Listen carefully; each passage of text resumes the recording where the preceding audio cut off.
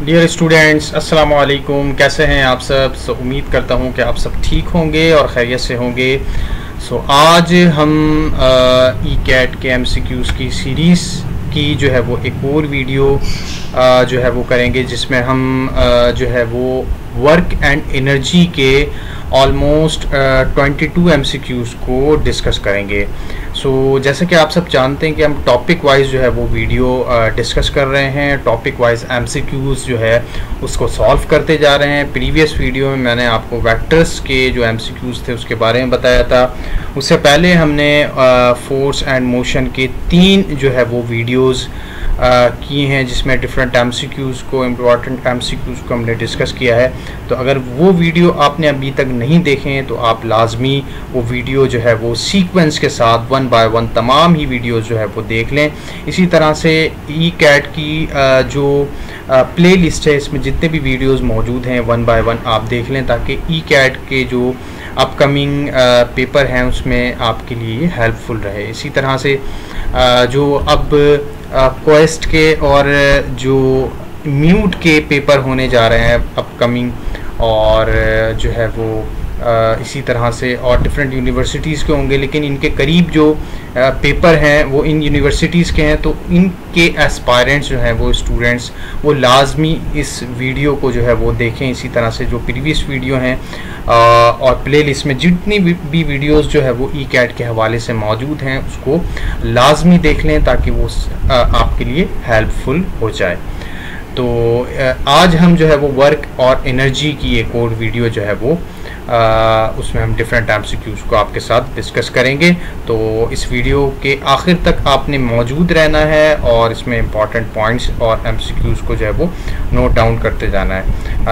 इसी तरह से अगर आप नए हैं चैनल के ऊपर, चैनल सब्सक्राइब कर लें, बेल आइकन को भी क्लिक कर लें, ताकि हर आने वाली वीडियो का नोटिफिकेशन आपको मिल सके। तो स्टार्ट करते हैं।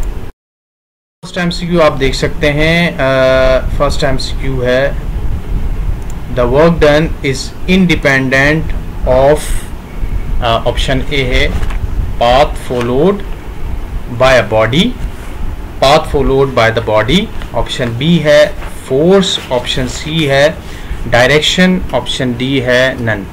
वर्क डन जो है वो फोर्स के ऊपर और डिस्प्लेसमेंट पे डिपेंड करता है, और फोर्स जो है वो किसी डायरेक्शन में होती है, आप जानते हैं।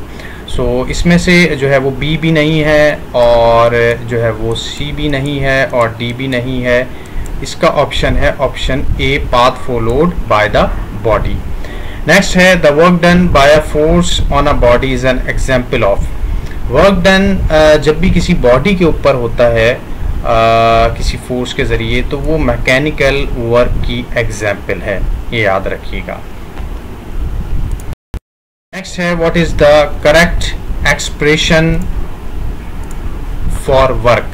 वर्क की करेक्ट एक्सप्रेशन जो है वो हम देख लेते हैं। ऑप्शन ए जो है वो W = F.ds, बी है W = P/T, सी है W = E, डी है W = E/T। वर्क की करेक्ट एक्सप्रेशन है W = F.ds। अब यहाँ पे ds जो है उससे कंफ्यूज नहीं हो जाएगा। d जो है वो डेरिवेटिव का d है और s जो है ये डिस्प्लेसमेंट का है।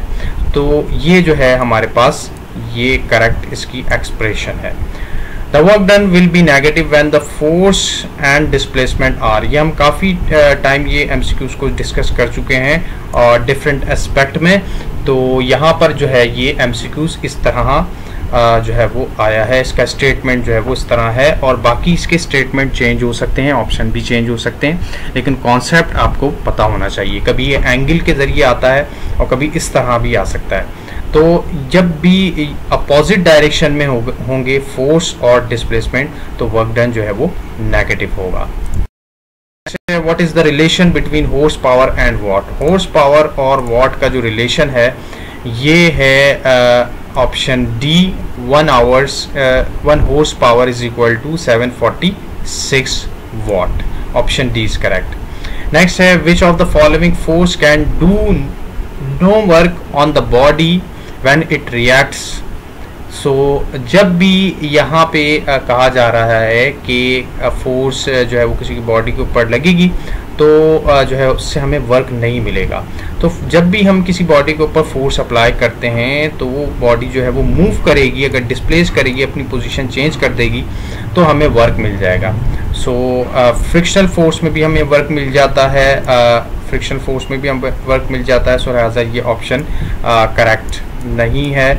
रीस्टोरिंग फोर्स में भी हमें वर्क मिल जाता है, क्योंकि रीस्टोरिंग फोर्स स्प्रिंग में होती है और स्प्रिंग भी वो आगे या पीछे मूव कर सकता है। इसी तरह से ग्रेविटेशनल फोर्स भी जो है वो उसमें भी हमें वर्क मिल सकता है, क्योंकि उसमें हाइट होती है। सो लिहाजा किसी पोजीशन पे हमें वर्क मिल सकता है। सो ये ऑप्शन भी नहीं है। सी ऑप्शन सेंटीपिटल फोर्स जो है, इसमें एक बॉडी एक फिक्स पॉइंट से जो है वो एक फिक्स पॉइंट पे घूम रही होती है अपने सेंटर से, तो जो सेंटीपिटल फोर्स होती है वो टूवर्ड्स द सेंटर होती है। सो लिहाजा उसमें जो है हमें कोई पोजीशन चेंज हुई नहीं दिखती, जिसकी वजह से वर्क हमें नहीं मिलता। So C option is correct. Next है 1 kilowatt hour is equal to. 1 kilowatt hour जो है ये किसके बराबर है, ये हमें बताना है। 1 kilowatt hour is equal to option A 36 multiply 10⁵ joule, 3.6 10⁵ joule, 35 10⁵ joule, 3.5 10⁵ joule. तो इसका ऑप्शन जो है वो ऑप्शन बी है, 3.6 10⁶ जूल। अब ये कैसे हुआ? 1 किलो वॉट आवर। अब इसको हम जो है वो एक्सप्रेस कर लेते हैं, तो 1 किलो बराबर होता है 1000 के, विच इज़ इक्वल टू 10⁻3। और जो जूल है इसकी जगह हम इसका दूसरा यूनिट रख लेते हैं, जो कि बराबर होता है जूल अपॉन सेकंड के। और 1 आवर बराबर होता है 3 मल्टीप्लाई 3.6 10⁻3 सेकंड के। अब यहाँ से सेकंड से ये सेकंड कट जाएगा और इसको हम बेस सेम पावर 8 के तहत लिखेंगे, तो ये हमारे पास जवाब यही आएगा, 3.6 10⁻6 joule. A body of mass 5 kg is raised vertically through a distance of 1 meter, then the work done is। So अब यहाँ पे वर्क डन जो है हमें किस फॉर्मूले से मिलेगा? वर्क डन मिलेगा हमें mgh के फॉर्मूले से। यहाँ पे मास हमारे पास कितना है? 5 है और ग्रेविटी है 9.8। इसी तरह से जो हाइट है वो है 1। तो इसको हम सॉल्व करेंगे तो हमारे पास जवाब कुछ आएगा 49.0 जूल। ये हमारे पास जो है वो वर्क हमें मिल गया है। Option A is correct. The solar cells are also known as. Solar cell को हम फोटोवोल्टेक सेल भी कहते हैं। इस तरह के जितने भी नाम होंगे, फोटो का मतलब होता है लाइट के, फोटो मतलब लाइट। अब वो फोटो सेल हो, फोटो वोल्टेक सेल हो, तो ये जो है वो लाइट को रिप्रेजेंट कर रहा होता है। इसी तरह से सोलर भी जो है वो सनलाइट को रिप्रेजेंट करता है। तो ये जो है वो सब एक ही कैटेगरी है। तो ये जो सेल होते हैं इस तरह के जो है वो जो है वो तकरीबन सेम ही होते हैं। जैसे कि सोलर प्लेट्स जो आती हैं वो भी इसी तरह की होती हैं, उसमें सनलाइट पड़ती है तो फिर उससे हमें इलेक्ट्रिसिटी मिलती है। सो ये जो है वो इसको फोटोवोल्टेक सेल भी कह सकते हैं। The tidal energy is due to the gravitational pull of moon. Gravitational pull of moon जो है वो अर्थ का, उसकी वजह से टाइडल एनर्जी जो है वो जनरेट होती है, ये याद रखिएगा। नेक्स्ट है which one is biggest unit of energy. Biggest unit of energy है हमारे पास kilowatt hour. Kilowatt hour is the biggest unit of energy. सबसे छोटा अगर स्मॉलेस्ट देखें तो ये अर्ज या फिर अर्ग जो है ये स्मॉलेस्ट यूनिट है एनर्जी का, ये याद रखिएगा। तो यहाँ मैं लिख देता हूँ, ये स्मॉलेस्ट यूनिट है, स्मॉलेस्ट। अगर ये ऑप्शन या फिर एमसीक्यूज बन जाता है तो ये स्मॉलेस्ट है और ये है बिगेस्ट। नेक्स्ट है when the speed of the moving body is doubled then its kinetic energy is doubled, potential energy is doubled, kinetic energy is quadrupled, D है नन। तो इसका सी ऑप्शन करेक्ट है, kinetic energy is quadruple. क्योंकि जो kinetic energy का formula है वो है 1/2 kinetic energy is 1/2 m v square. अब जब हम वेलोसिटी को डबल करेंगे तो जो काइनेटिक एनर्जी जो होगी ये 4 टाइम्स हो जाएगी, क्योंकि इसके ऊपर स्क्वायर है, स्क्वायर ऑफ द वेलोसिटी है, इसकी वजह से। Potential energy of an object on the surface of earth, potential energy on the surface of earth जो है वो ज़ीरो होगी, क्योंकि पोटेंशियल एनर्जी का जो फार्मूला है वो है mgh। तो उसके लिए हाइट का होना बहुत ज़रूरी है, और हाइट जब आपके पास ज़ीरो होती है तो वो सरफेस के ऊपर होती है, अर्थ के सरफेस के ऊपर, और जब वो ज़ीरो होगी तो फिर पोटेंशियल एनर्जी भी ज़ीरो होगी। Option D is correct. The value of escape velocity is, escape velocity की वैल्यू होती है 11 किलोमीटर पर second. Option B is correct. Next है in which category do the potential and kinetic energy falls, किस category में kinetic energy और potential energy falls करती हैं? तो याद रखिएगा मैकेनिकल एनर्जी जो है ये इसमें फॉल्स करती है इस कैटेगरी में, क्योंकि मैकेनिकल एनर्जी की जो है वो यही दो टाइप हैं, एक काइनेटिक एनर्जी है और दूसरा है पोटेंशियल एनर्जी, जबकि इलेक्ट्रिकल एनर्जी नहीं है, मैग्नेटिक एनर्जी भी नहीं है और यूजुअल एनर्जी भी नहीं है। नेक्स्ट है according to conservation of energy the total amount of energy remains, ये तो बहुत आसान है, कंजर्वेशन लॉ ऑफ एनर्जी है तो ये कांस्टेंट होगा। ऑप्शन बी है इसका correct option. The value of g at the centre of earth, ये बी जो है वो कॉमन क्वेश्चन है, अक्सर आ जाता है, तो वैल्यू ऑफ जी जो है सेंटर ऑफ अर्थ में ये याद रखिएगा ज़ीरो होती है। Value of g at the centre of earth is zero.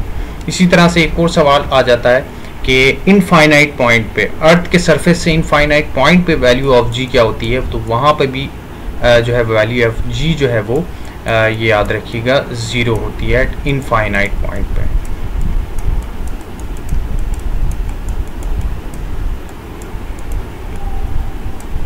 Infinite point पे। नेक्स्ट है which one is renewable source of energy, याद रखिएगा रिन्यूएबल सोर्स वो सोर्स ऑफ एनर्जी होती है जिसको आप रिपीटेडली जो है वो यूज़ जो है वो कर सकें, दोबारा जो है वो इस्तेमाल कर सकें, तो वो जो है वो हमारे पास रिन्यूएबल सोर्स है एनर्जी का। तो उसमें सोलर आ जाता है, वाटर आ जाता है, विंड आ जाता है, ये तीन कॉमन है। तो इसमें जो है वो हमारे पास विंड है, ये जो है वो रिन्यूएबल सोर्स ऑफ एनर्जी है। Option A is correct. Next है one dyne is equal to 10⁻⁻⁵ newton. Option D is correct. Next है the kinetic energy of a body of mass 2 kg and momentum 2 newton second is. अब यहाँ पे momentum भी दिया हुआ है, मास भी दिया हुआ है, काइनेटिक एनर्जी का हम कौन सा फार्मूला लगाएंगे? काइनेटिक एनर्जी का वैसे तो फार्मूला होता है 12 mv², लेकिन हम यहाँ पे यूज़ करेंगे क्योंकि मोमेंटम भी है, सो लिहाजा यहाँ पे यूज़ होगा p² डिवाइडेड बाय 2m। सिर्फ आपने m से मल्टीप्लाई डिवाइड करवाना है तो आपके पास ये कुछ कंडीशन बनेगी। अब आपके पास मोमेंटम भी है और मास भी है, सो मोमेंटम की वैल्यू हो गई 2, इसको आप वैल्यू पुट करें, स्क्वायर दें और यहाँ पे 2 मास की जगह जो है वो 2 आ जाएगा।